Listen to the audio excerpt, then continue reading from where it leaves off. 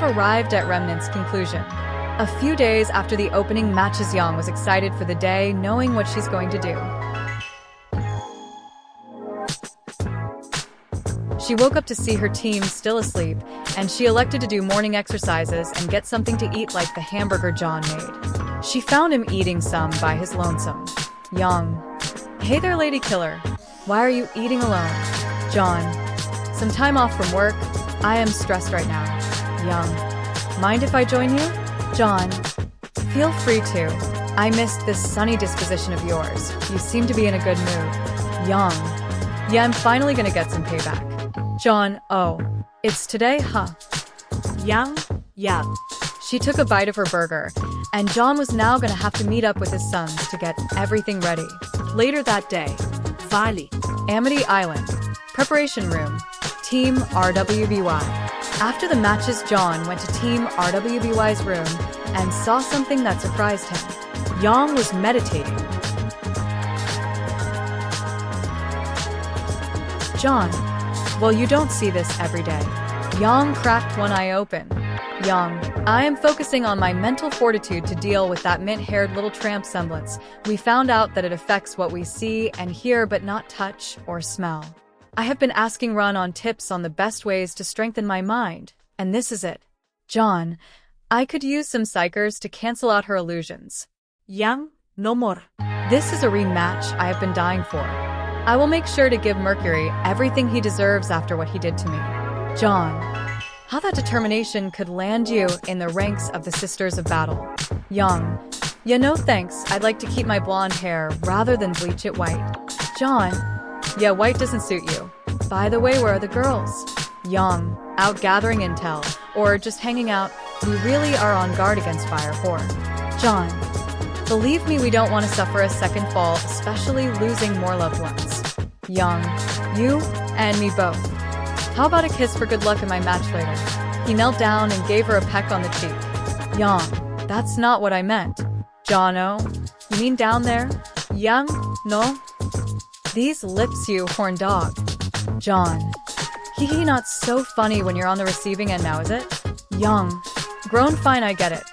I'll give the jokes a break for now. Jaune. Good. He kissed her on the lips. Then an announcement came for the single matches, Jaune versus Mercury. Jaune. Well, there's my call.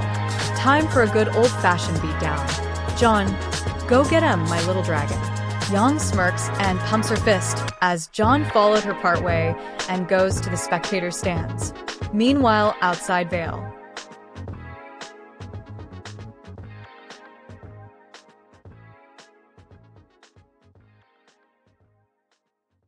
Many of the citizens were surprised and was assured by Glinda, who was leading the army, that they are the new defense force for their kingdom, planet. The citizens were anxious at first, but saw that they were hard-working men and women. They started to calm down, unlike an untrustworthy robot that the Atlasians were known for. Glinda. Calm down, citizens of Remnant. We are here to make sure you are safe. Please carry on as if it is just an ordinary day. Stay civil, stay safe. Some started cheering the soldiers, who marched in unison and strength.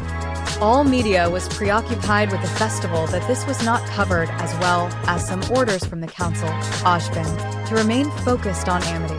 The guard sets up emplacements all over the walls as massive basilisk guns now raised up and heavy bolter turrets deployed. A massive amount of ammunition was moving around in preparation to unload it on Grimm and extremist alike. Ashbin was making sure all things are proceeding as planned, and Jaune is now making his move in response to Cinders.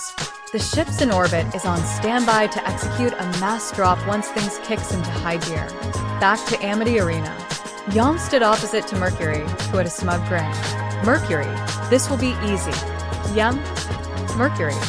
Now that's a look you shoot your enemy. Oblek. Let us begin. You all know the rules. The first to have their aura fall to the red or ring out will lose the match.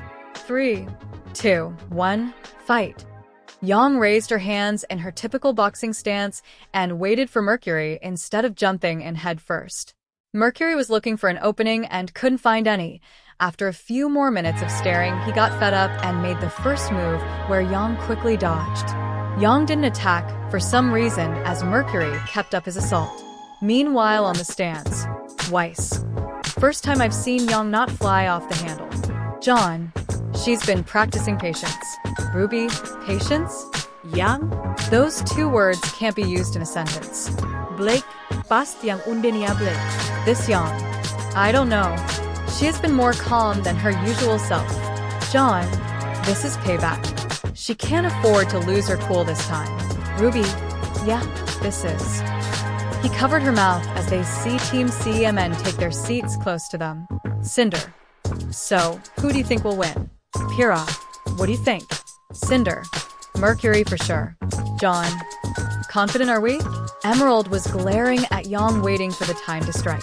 Yang kept grinding Mercury's patience as he kept swinging at air, but once Yang noticed he was getting tired, she made her moves, striking vital points and preventing him from getting a hit in by either blocking or dodging.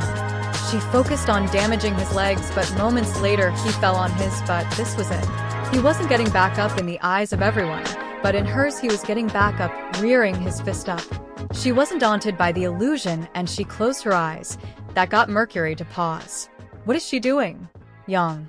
Well, I guess you give up, or what? Mercury, you got to be kidding me. Hit me, you dumb cow.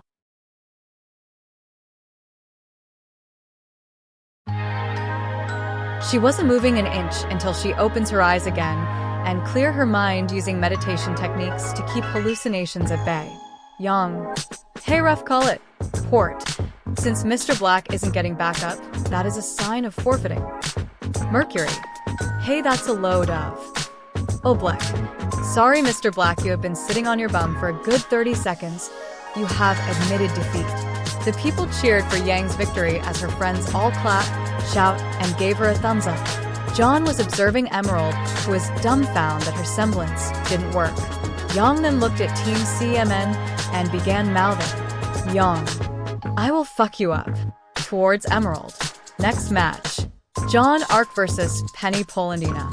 It wasn't rigged, but Jaune had it set up for Cinder to make her move as her target was in her clutches, as she had the white fan plant bombs in the arena, and with Beacon and Atlas Vest in one area, it was two birds, one stone. With the horror, both kingdoms will be at each other's throats. Port. Alright, everyone, here is the beginning of the semifinals with our first match. Jaune Arc, the Angel of Beacon versus Penny Polandina, the prodigy of Atlas. Jaune? Penny. Greetings, friend Jaune. I hope there aren't any hard feelings for who will claim victory. Jaune. None whatsoever. And I'm sorry for last time. Penny. I beg your pardon? Jaune. Nah, I was rambling. Forget about it. Port. 3, 2, 1, boom. A massive detonation occurred on the arena, causing panic and mayhem, and then it all started. Outside of the arena, Vale. The white fang started coming from out of the woodwork, but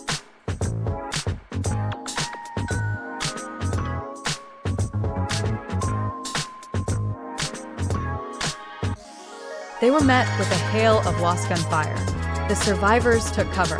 WF Grunt 1. Who the fuck are these guys? WF Grunt 2. I don't know, and I don't care who I kill as long as they're human. They opened fire back, which was able to kill some guardsmen, but it didn't even faze them. WF Grunt 3. Do they not care their own? WF Grunt 1. Well, let's go kill some. He got shot in the head when more guardsmen arrived, and it was a Kazarkan who got a shot in. That was the reality on the ground. Once the battle started, a massive drop. A mass deep strike was enacted, and the target zones are in between residential, schools, hospitals, and any areas where civilians would be vulnerable. Blood angels, lamenters, and flesh tearers descend to protect the people of the Imperium. A group of white fan were chasing a bunch of civilians until the guardsmen arrived and held the line. Belinda and oh mercy. Krieg guardsmen, RAHHH. The space they made was where a drop pod crash landed. Once things settled, the doors open as bolter fire emerged from within. Then the first batch of Marines was to give the white fang a wake-up call. It was a ferocious pack of flesh tearers charging through their ranks with chains words, chain axes, power swords, and power axes. All we could hear was blood splattering and screaming. The lamenters were securing populated areas, and the Blood Angels deep strike on Amity Island to secure their father. After the explosion in Amity, the smoke cleared and John shielded Penny with his wings along with himself. He then flapped his wings and cleared the smoke. The Blood Angels arrived via drop pods and Thunderhawks. Blood Angel Captain, blood. For the Emperor, as the Marines charge into the white-fanged insurgents, John left the defense of the arena to his sons. He and his girlfriends have some unfinished business.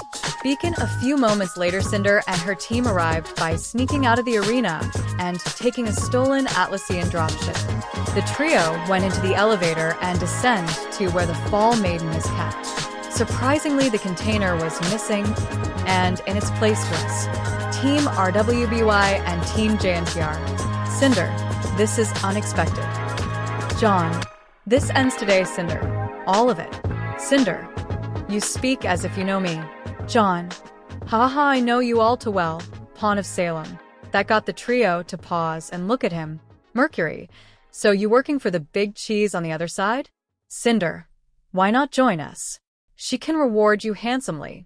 RWBY, funny, her rewards to her stalwart stooges is usually a painful one. She points crescent rose towards her arm. Cinder, oh, this? She shows off the grim parasite in it. They were disgusted. Cinder, power has its price, and you can name it. Weiss, not worth anything on the long run. Emerald, what would you know? Blake, we know plenty enough that which will throw you away once you outlive your usefulness. Cinder, pot calling the kettle black? That's rich coming from Adam's ass. And speaking of Adam, an explosion erupts at the elevator as Adam crashes down. Adam, Blake, what an unexpected surprise. Young, don't talk like you are close. Adam, silence human, I'm speaking. Blake, your words aren't worth anything in this world, you psycho. Save it for the afterlife. Adam, my, such a cold welcome, and a schnee. This is a boon. Cinder notices the redhead among them. Cinder, so the Invincible decided to throw her lot in with Oshbin's cavalcade of morons. Such a shame. Such talent wasted on a pointless cause. Kira, the only pointless thing here is your existence, Cinder. You live solely from stealing others. Nothing you do in life is worth more than any of us here. You are nothing. John, enough posturing. Let's end this sad charade. Adam, finally a human speaking intelligently. Jaune, silence animal. The humans and Faunus are speaking, and I am no mere man, not anymore. They all charged at each other and fought with the intensity of a last stand. Yang traded partners with Weiss and decked Mercury in the face hard, while Weiss created multiple small Armos Knights and took Emerald on to counter her illusions. RWBY kept Cinder at bay until John cuts in and tag teams her alongside Kira. Blake was fighting Adam alone until Rin and Nora came to her aid and backed her up. Blake, taking advantage of the distraction, went in and charged her weapon with a high amount of fire and lightning dust, and imitated the effects of a power sword and cuts off Adam's right arm, making him scream as Nora smashes his head in with Maghild and Ren disabling him. Blake knew Yang wanted a piece of Mercury, so she went and helped Weiss against the illusionist with her own brand of illusion bullshit using all the dust she had. She made clones surrounding Emerald, detonating various dust elements. Weiss finished Emerald off, summoning the gigantic blade to skewer this irredeemable idiot. Then we heard high-pitched screaming as we see Yang, who is holding both of Mercury's legs, and have her boot firmly planted on his balls and dick, and with an agonizingly slow pull, Yang ripped off both of Mercury's legs and crushed his private parts. Finally, Cinder, who got massive cut in the back, with RWBY's Crescent Rose followed up by a stab in Cinder's heart by Milo in Pyrrha's hands. She collapsed to the ground and tried to crawl away. John created a massive psychic fist, and then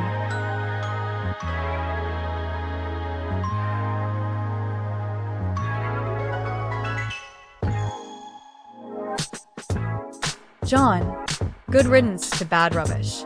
Pyrrha, burn in hell, bitch. RWBY, in the deepest parts of it, you mean. Meanwhile, on the forefront with the Imperial Guard versus the Grim Wyvern. Oshbin, shoot that flying fuck out of the sky. The guardsmen, along with all the armor and artillery, they have launched a full-scale barrage that turned the grim wyvern into Swiss cheese. The rest of the Nevermores in the sky are met with a barrage of flak that can make the sky pitch black. Meanwhile, on the ground, the Imperial Guard were doing what they do best: spam flashlights. Imperial Guard Commander, all guns, opened fire.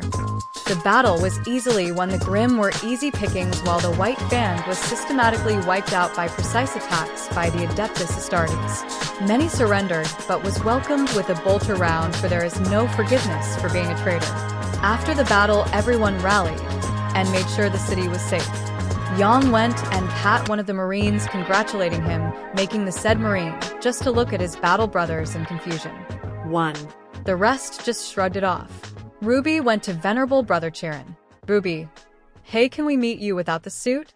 So we can properly get to thank you. Chiron, regrettably, you cannot. Blake, why? John, girls, a dreadnought pilot is a mortally wounded space marine who is kept alive to fight one last time for the Imperium. All the girls gasped and looked at the poor dreadnought. Chiron, do not mourn for me. I am glad to serve. One last time. The girls laid hands and patted the dreadnought. John just lowers his head that his sons go through such things, and even worse, Ashbin approached to deliver his report. Ashbin, we have routed the enemy and pushed them back, but we suffered some casualties. Jaune averse-tout. Secure the gates and any possible entryways in the kingdom while we dispatch the ground forces. Lamenter, yes, my lord. Ashbin, ground forces, my lord? But the enemy has retreated.